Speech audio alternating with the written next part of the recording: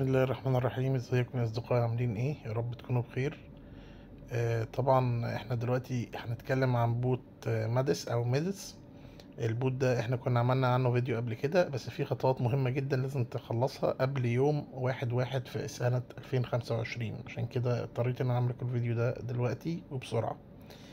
طيب، احنا كنا شرحنا البوت قبل كده، فاحنا مش هنتكلم عن البوت تاني. احنا دلوقتي عندنا بس في لينك هسيبه لكم تحت في وصف الفيديو. اللينك ده هيدخلك على الموقع بتاع الشركة دي. طبعا هنستخدم متصفح كيوي لان هو اسهل بالنسبة لنا في ان احنا نقدر نعمل الخطوات دي، عشان تقدر تربط عليه محفظة ميتا ماسك بتاعتك. فانا حطيت اللينك هنا اهو.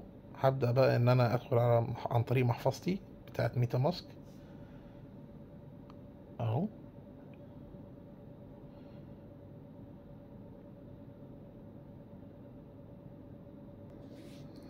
وبعد ما سجلنا دخول نقول كونكت، هيربط معانا المحفظة بالموقع.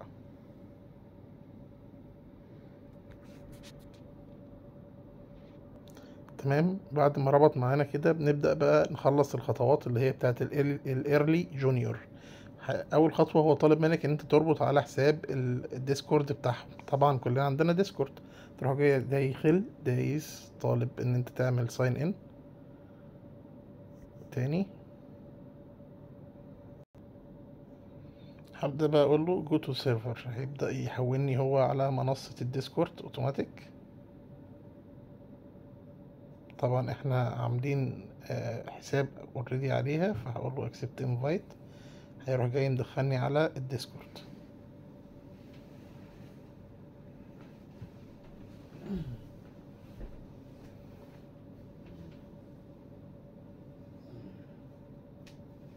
تمام.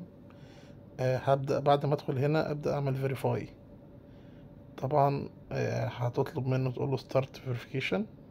هتروح جاي جايب لك دي. هت... هيروح جاي هو قايل لك هنا ايه؟ verify yourself to gain access to the server please select the rocket. هنا بيقول لي اختار الصاروخ. ادي الصاروخ. تمام كده انا ايه verified. شكرا. اقول له باك. بعد ما اقول له باك هبدأ اخش هنا على الرولز. مش الرولز دي، الرولز دي. هبدأ اعمل ماركينج كده زي ما انا عامل. بص، كل الحاجات دي تعمل عليها ماركينج، وبعدين تنزل هنا تحت اهو. هتلاقي في عندك هنا ايه؟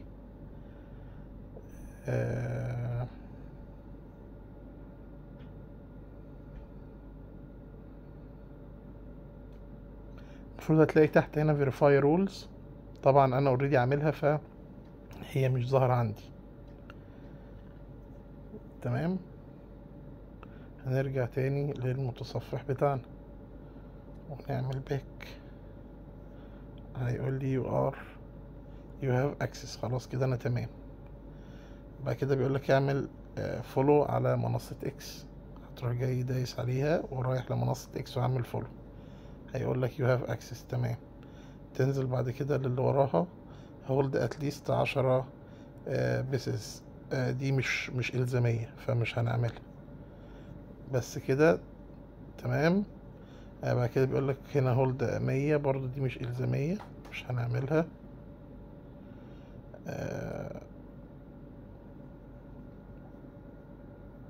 وبكده نبقى خلصنا ايه؟ كده نبقى خلصنا انضمامنا للإيرلي. كده يبقى احنا خلصنا انضمامنا للإيرلي جونيور. وبكده يبقى عملنا المهمة اللي هي كانت مطلوب ان هي تخلص ايه بيفور 1/1، قبل يوم 1/1/2025. بس كده يا اصدقائي، انا حبيت ان انا اعمل لكم الفيديو ده دلوقتي مخصوص عشان كده. طبعا هستناكم تعملوا لي فولو وسبسكرايب للقناة، وهسيب لكم قناة التليجرام في وصف الفيديو. لازم تبقوا معانا هناك لان كل المعلومات بتنزل عليها قبل الفيديوهات بكتير. مع السلامة يا اصدقائي.